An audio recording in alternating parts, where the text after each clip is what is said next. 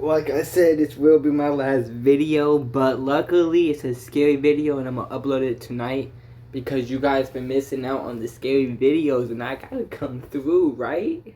Right. Don't worry, it wouldn't be a ReRe video without the uh, uh, baby, it's just me and you. We can get together, we can do whatever you like. Yeah. Let's go. 14, an abandoned cell phone was found in the back seat of a taxi in Fiji. When a passenger found it, they started looking through it. See, I be so faded, I be forgetting to do what you guys me to do. You're like, what you mean, ReRe? Like, and we gotta read the title. 5 most disturbing cases of real found footage. Woo. Stupid ass little ugly motherfucker. You better get what you gotta get. Contents to figure out who it belonged to. In the camera roll, they found a roughly 10-minute video. It was pixelated handheld footage shot from the deck of a large vessel somewhere in the open ocean. The video captured a gruesome mass killing which would take years before the man responsible for it was ever found. Now, the first few minutes of the footage have been scrapped from the internet, but from what I could gather, they showed the deck of a ship with people yelling in multiple languages. Beyond that, another ship is visible nearby. And right next to it is a smaller boat sitting roughly 100 feet away. At first, nothing happens. The video plays out normally, but a few seconds later, one of the larger vessels suddenly accelerates and slams directly into the smaller boat, flipping it over and throwing the crew into the ocean without life jackets. As the men clung to pieces of debris, a man started shouting from somewhere aboard the ship, giving commands in Mandarin to shoot the drowning men. What followed was a savage massacre with 40 rounds of bullets fired throughout the duration of the video, killing one man after the other. Even when one of the men tried to...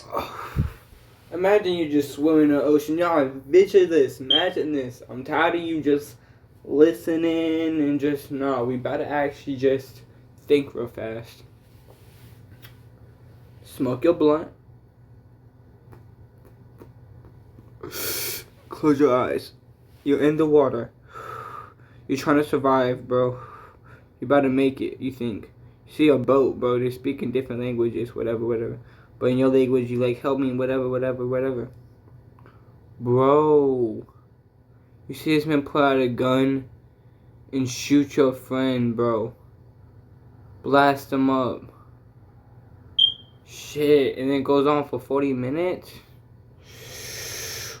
How bad luck is that? It's not even funny, bro. That shit's sad. Damn. Let's go. Surrender by raising both of his arms. Yes, I know I'm the best YouTuber. It's gonna be like 40 minutes. I know. Shut up.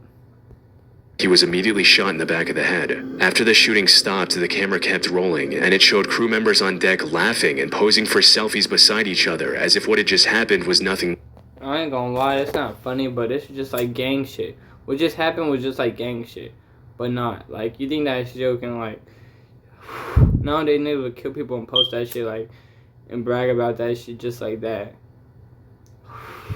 And think that shit cool. I mean, think what you think, but that shit weird to me.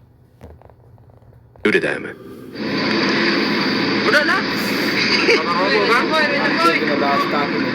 The video of unknown origins was uploaded to YouTube, where it circulated for months before.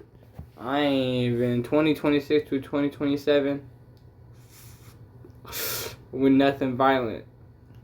Well, not like that, but like, if you have to, you have to. But escalate everything.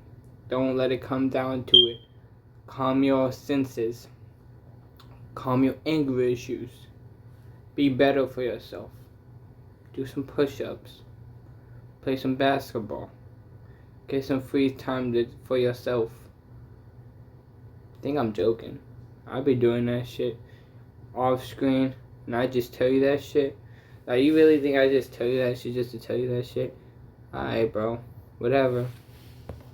Reaching authorities. The footage was eventually found by journalist Ian Urbina, an investigative reporter for the New York Times at the time and founder of the Outlaw Ocean Project, a journalism group that investigates lawlessness, human rights abuses, and environmental crimes at sea. Ian launched a months-long investigation into the footage and worked with maritime crime researchers to trace its origin. At first, nobody knew which ship the footage came from, where the shooting had taken place, or who the men in the water were. But after analyzing the video more closely, it showed enough of the surrounding vessels to give investigators somewhere to start. The shooting had taken place on September 29, 2012, with 4 fishing vessels at the scene. A maritime research group compared the ships visible in the footage against global vessel databases and identified the filming vessel as Ping Shin 101, which sailed under a Taiwanese flag. That discovery completely changed the direction of the investigation. Under maritime law, a ship sailing under a country's flag is subject to that country's jurisdiction, even in international waters, which meant the people responsible for investigating the massacre should have been the Taiwanese government. Eventually, the Taiwanese government released an official statement explaining what had happened, or at least what seemed like the explanation at the time. According to them, the men in the water were Somali pirates who had fired on a fishing fleet, and the shooting was an act of self-defense. The incident had taken place in a part of the Indian Ocean that was infested with Somali pirates during the early 2010s, so the fishing vessels operating their routine. I know we're in the ocean, but something smells fishy to me. What about you guys? It's not just the fish that I smell that's fishy. Carried armed private security for protection. This was a believable explanation, but looking closely, it had some holes. The first problem was that nothing in the footage showed the men in the water carrying any firearms, so there was nothing indicating that they were pirates. And when analysts examined the debris floating around them, it did not look like the type of vessels Somali pirates were typically known to use. However, the contradiction that finally broke the official story came from inside the ship itself. In 2016, a private investigator tracked down 2 Filipino crew members from the Ping Shin 101, Aldrin and Maximo. Maximo was one of the men seen posing for selfies on deck after the shooting, and his testimony directly contradicted what Taiwanese officials had said. They didn't have any guns, only fishing equipment on their boat.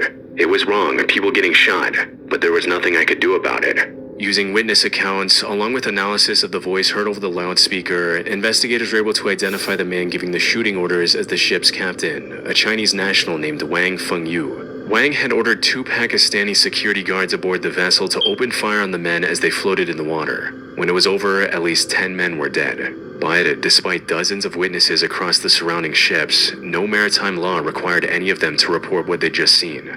So, no one did. The bodies were never recovered, and for nearly 2 years, the killings went completely unreported.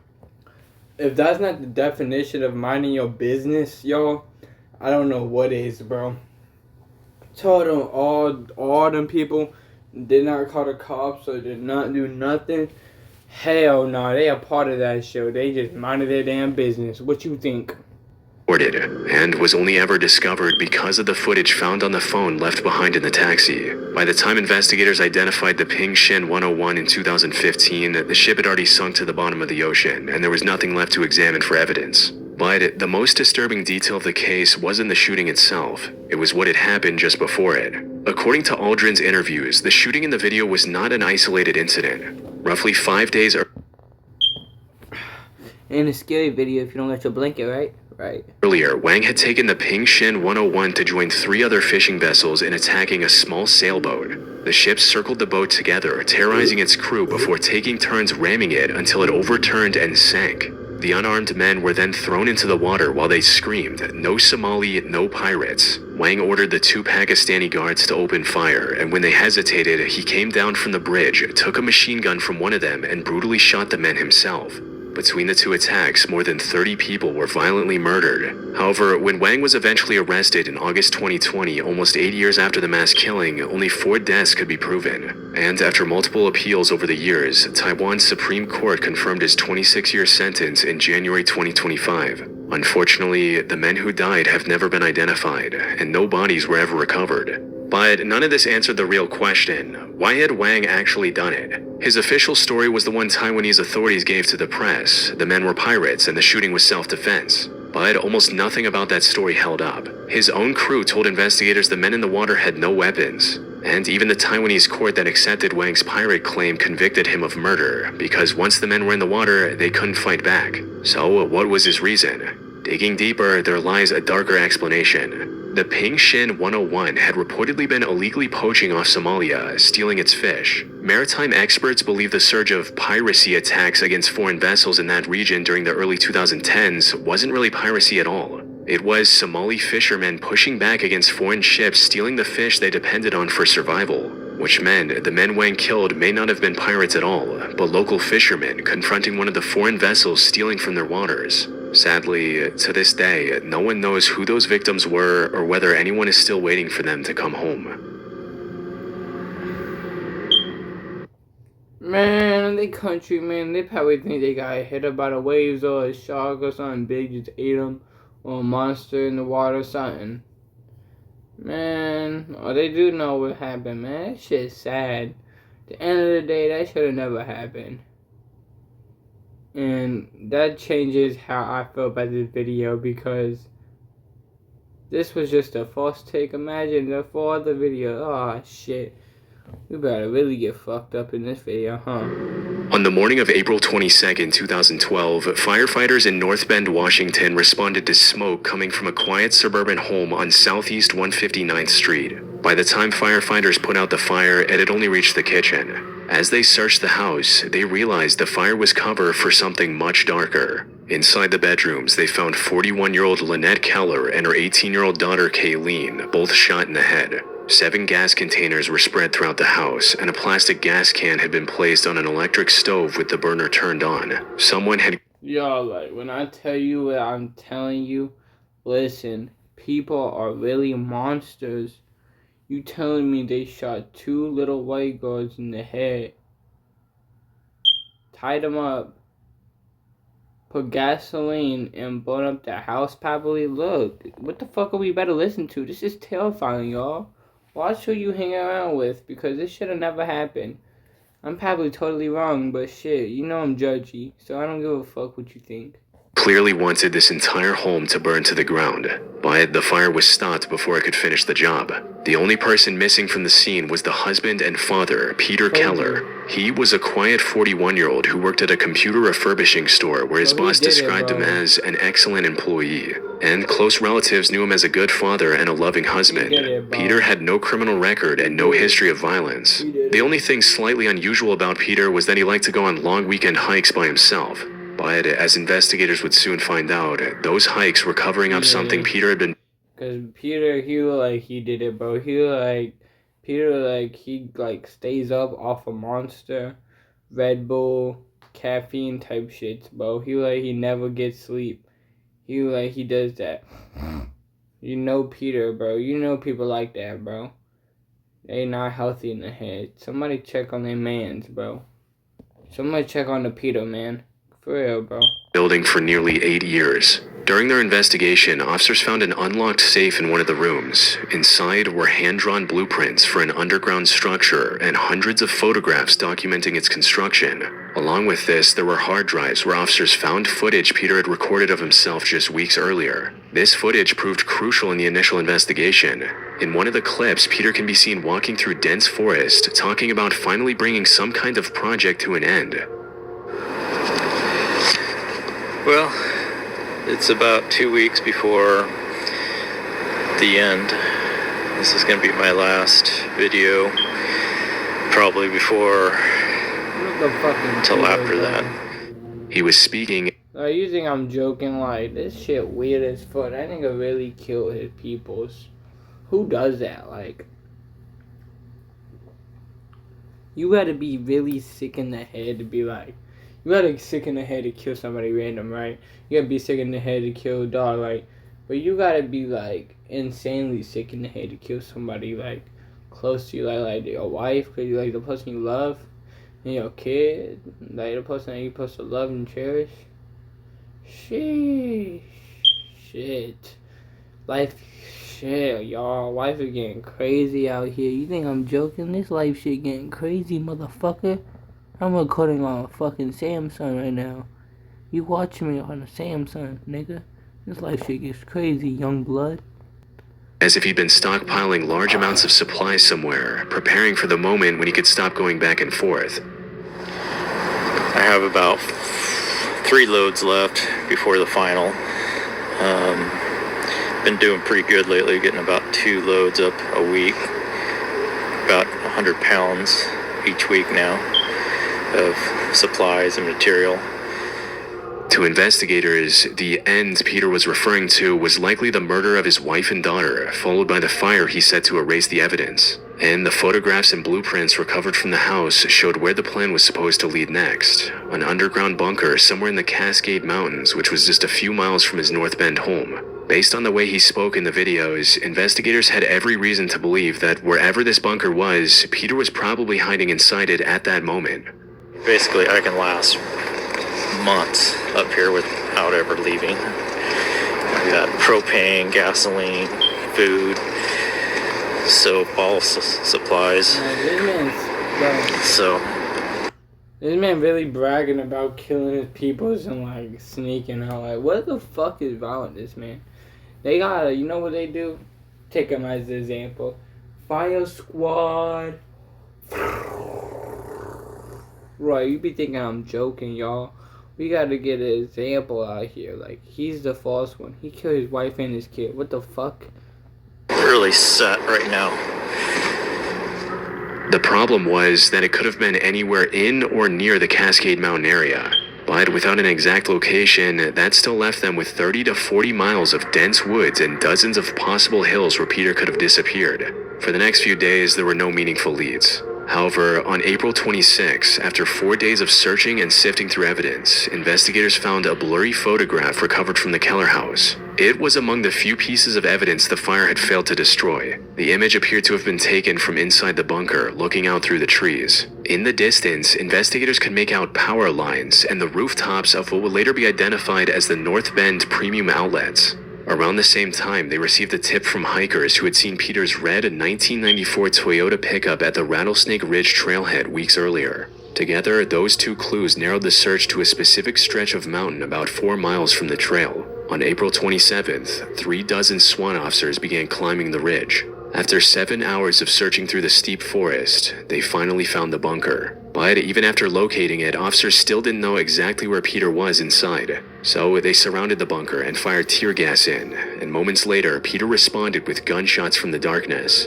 The standoff lasted 22 hours before officers used explosives to blow a hole through the roof. Inside, on the lower level, they found Peter dead from a self-inflicted gunshot wound. Reviewing the footage, And this is how his bitch ass, Humpty Dumpty bitch ass, head, face ass. I don't give a fuck if that shit wasn't funny, bro. I'm not trying to be funny. Honestly, like, that bitch got an egg-shaped ass head, bro. Like, that bitch got, like, a walnut ass head, bro. That bitch, like, triple chin ass motherfucker. Fucking look like a rat. Like, bro, they would've wore your ass in prison. What? That boy going straight to hell. That you so... Let's skip this shit, man. This shit so lame. That shit so lame. I don't give a fuck how you feel about that shit, at times, and then I think about you weird, bro. After the case was officially closed, Lynette's family used the money recovered from the bunker, along with the rest of Peter's estate, to establish the Kayleen Keller Memorial Scholarship Fund at DeJaPenn Institute of Technology, the same school Kayleen had been hoping to join before her father decided to end that dream. Weird, bro. That's what I'm saying. That's some sad shit, y'all. Like, I'm sorry that I had to skip through that. Like, there's no point even listening to that. That was so weird. Like, what? What? What are you talking about? Highway 1 is one of California's most scenic coastal routes, carrying drivers along narrow stretches of road where the Pacific sits just beyond the shoulder. On the morning of December 30th, like, 2009... That's like... Anybody watch The Mist? Like, you serious? You trying to kill... You kill everybody? You killed the kid and everybody when the police is right there. There was no monster. The police was right there to save the day. You really did that, nigga? Kill yourself, bitch ass nigga. What the fuck?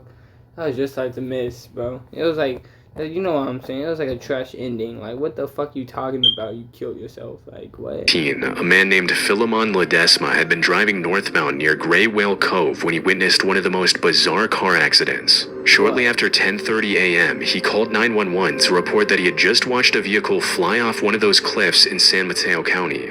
Officers arrived within 20 minutes and found tire tracks at the edge of the highway leading toward a drop of roughly 40 feet into the Pacific. But below it, there was absolutely no evidence of a vehicle or driver for officers to recover. With nothing in the water and only Philemon's word to go on, officers needed some way to confirm what he had seen. They scoured through Philemon's car and noticed a dash cam he had installed years earlier. On it, they found footage of the accident, and it was just as bizarre as he described.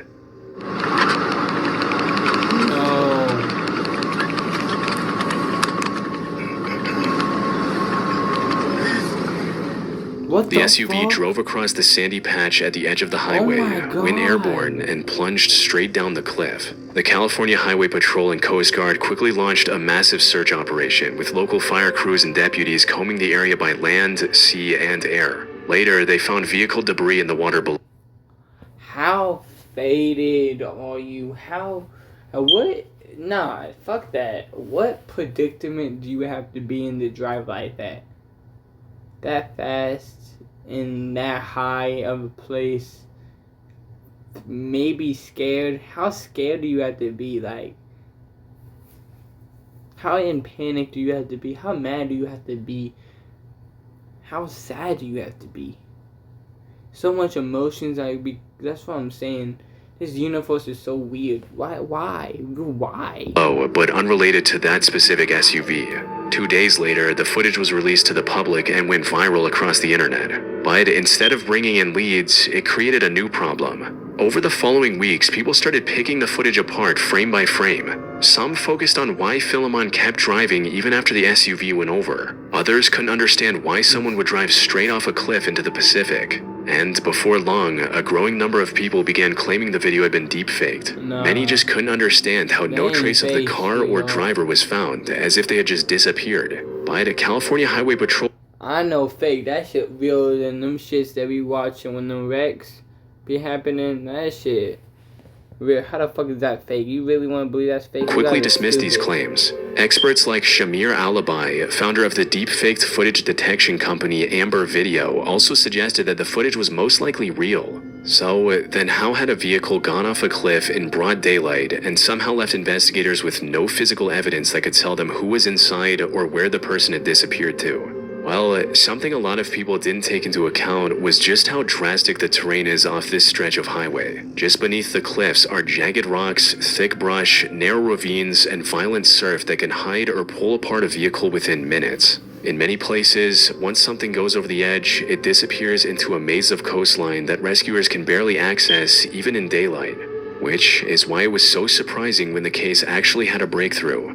Human remains were found on Montara Beach, along with a California driver's license. DNA testing confirmed they belonged to 52-year-old Tracy Ivory Sinclair from San Francisco. A later DMV search also showed she was the registered owner of a 2007 Lexus SUV, matching the car in the footage. Her family had filed a missing person report months earlier, and they had been waiting for her the entire time. But even after a name was finally attached to the dashcam footage, officials never determined whether Tracy lost control of the car or drove off the cliff deliberately.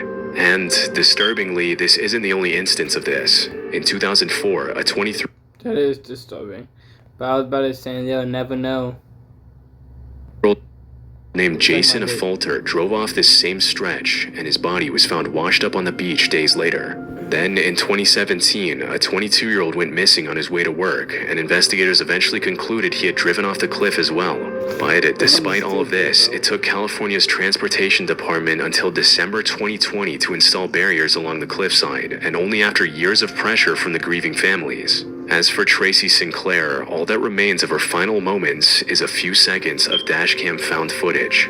Millions of people have watched it, but no one knows why she was on that road or what happened in the moments before her SUV went over That's sad because we're watching somebody's death. that cliff. We're watching somebody die. Like, that's somebody dead right now. We just watched somebody die. On September 16th, 1996, the manager at the Van Buren Plaza apartment complex in Hollywood, Florida, had suspicions that something was wrong with one of the units in the building. A foul smell had been lingering for at least a day, and now there were complaints of blood seeping through the walls into the apartment below. So he called the authorities to check on the tenant. When police forced the door open, they found the decomposing body of a young man. A video camera was set up across the room, pointed in his direction, and on the wall, someone had written a message.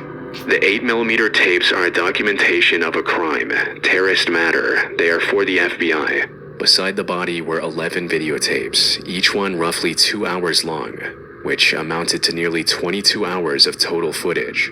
All of it was recorded by the man on the floor, 21-year-old Ricardo Lopez. Officers went straight for the tape that was still inside the camera. It was labeled Last Day. And as the label suggested, the tape showed Lopez on September 12 recording himself in his final moments. But as disturbing as the found footage was, it wasn't what the police were most horrified about at the time. Earlier that day, Lopez had mailed a package which by September 16 was still moving through the international postal system. Inside was a hollowed-out book rigged with sulfuric acid designed to spray directly into the face of whoever opened it. Lopez had recorded himself preparing this device before mailing it to the London address of popular Icelandic singer Björk for, at the time, unknown reasons. As soon as the Hollywood police saw it, they immediately contacted the authorities and How bad do you have to hate a singer or a rapper? Dude, he did not fuck with her music at all, bro. Yo, he tried to take her out of there. He tried to take her out of there for real. I never heard... Bro, he could... If he was never a villain, bro, he could have been a good-ass fucking... Like, a governor that could, like, be a spy for us to help us win something. But no, you had to be an arch fucking villain, like, trying to take over the fucking universe, trying to take out fucking Iggy and fucking Megan and all them fucking... What the fuck was wrong with this nigga? What, who does this? Why would you try to... How bad is the music? Goddamn. area. Fortunately, the next day, British police located the package at a postal sorting office and safely detonated it before it could reach Bjork's address. But even after it was intercepted, there were still 11 tapes to go through, tapes that could have documented similar attacks being prepared for other people. Thankfully, no other targets were identified. Instead, the tapes revealed 9 months of footage documenting Lopez's terrifying psychological decline. I want to show you who I am.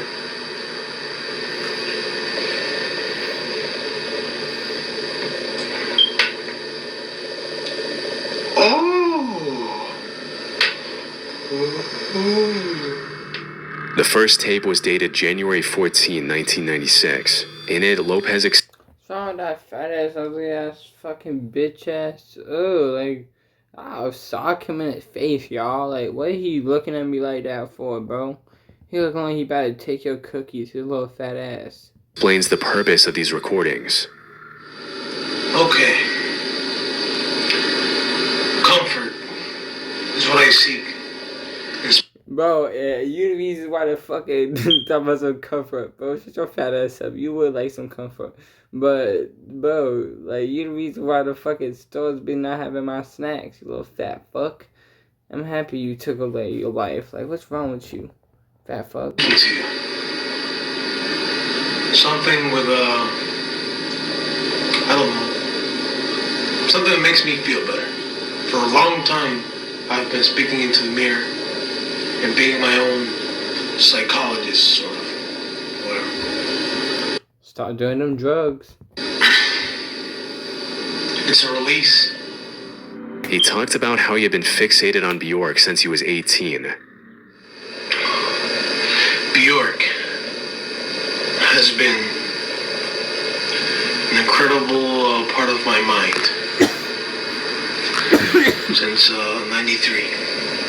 Since I first saw it. I've started with a crush, you know, and ended up with an obsession, which I'm not embarrassed to admit. Wait, so, let me switch up the reverse.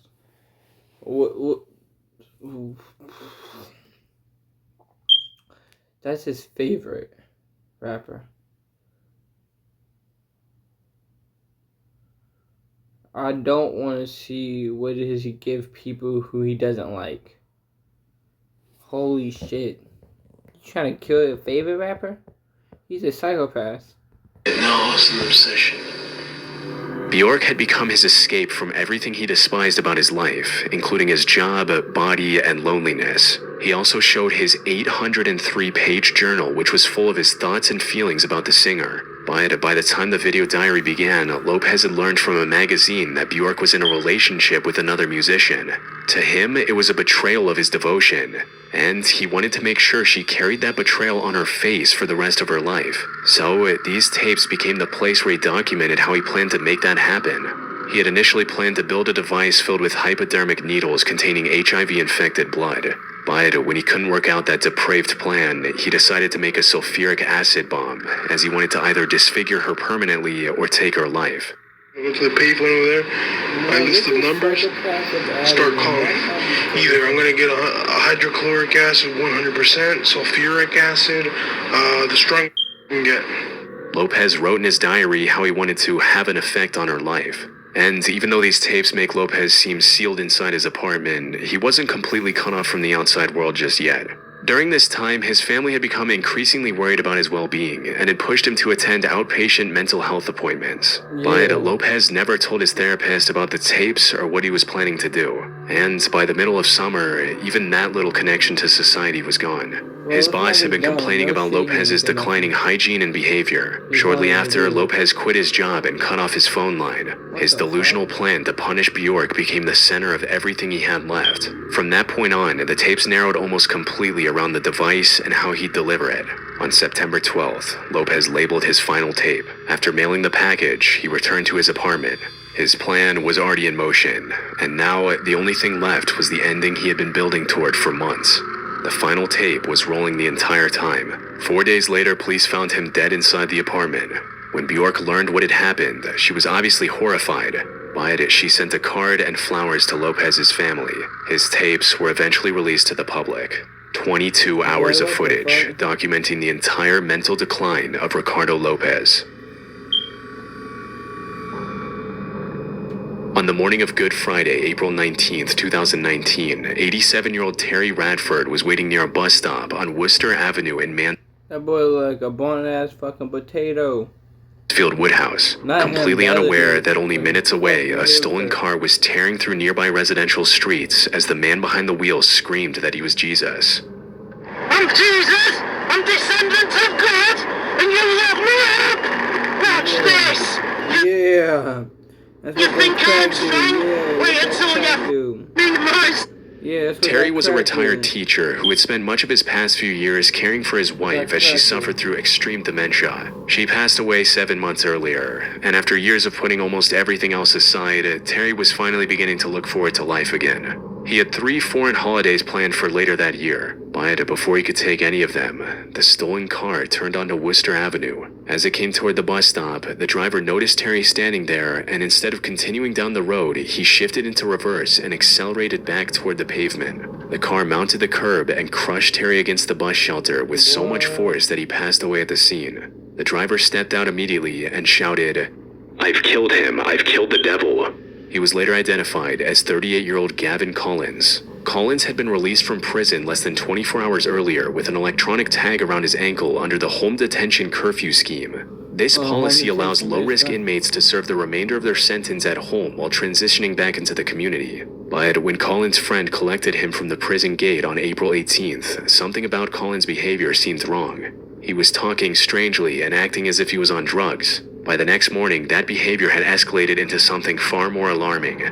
Collins walked into a neighbor's house, threw a bag of prescription medicine on the floor, and started unplugging electrical items, claiming they were the work of the devil. He then walked into another neighbor's house, grabbed their car keys, and drove off. Collins was in the middle of a psychotic episode, and within moments he started accelerating through nearby residential streets, while families in the area went about their Good Friday morning.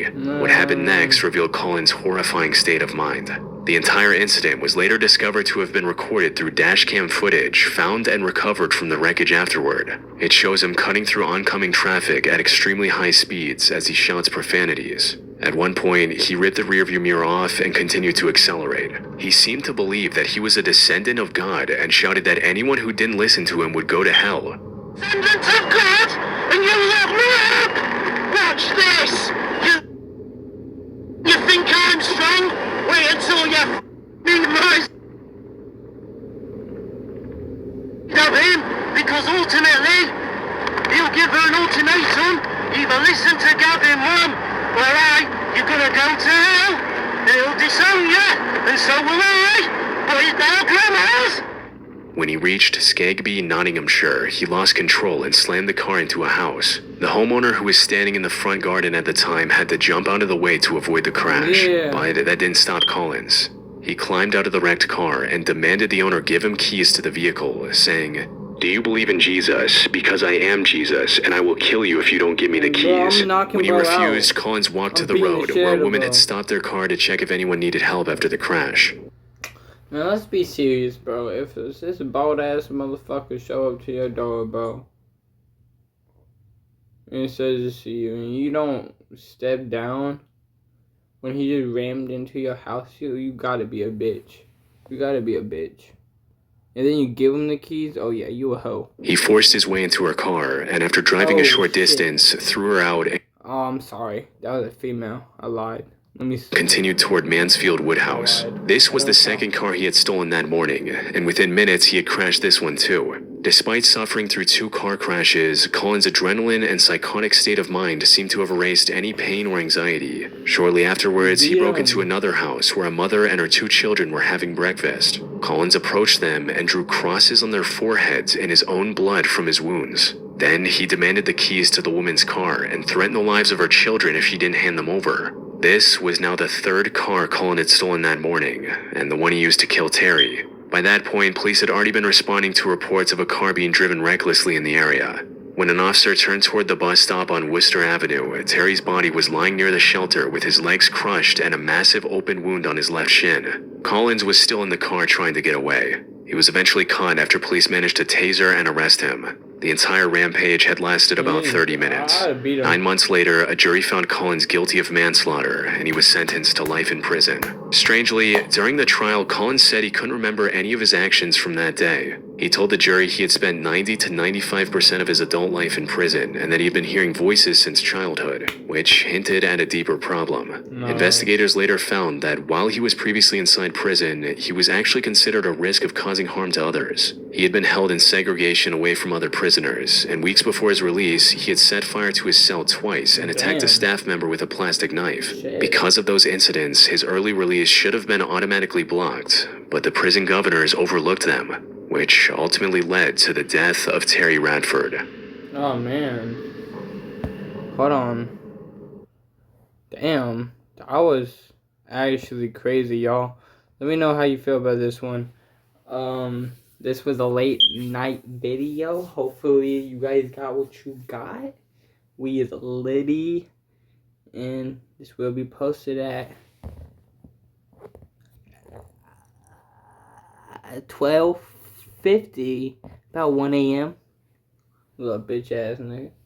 You better like, subscribe, do something, because you know I'm funny. You know I'm amazing. You know I'm sexy.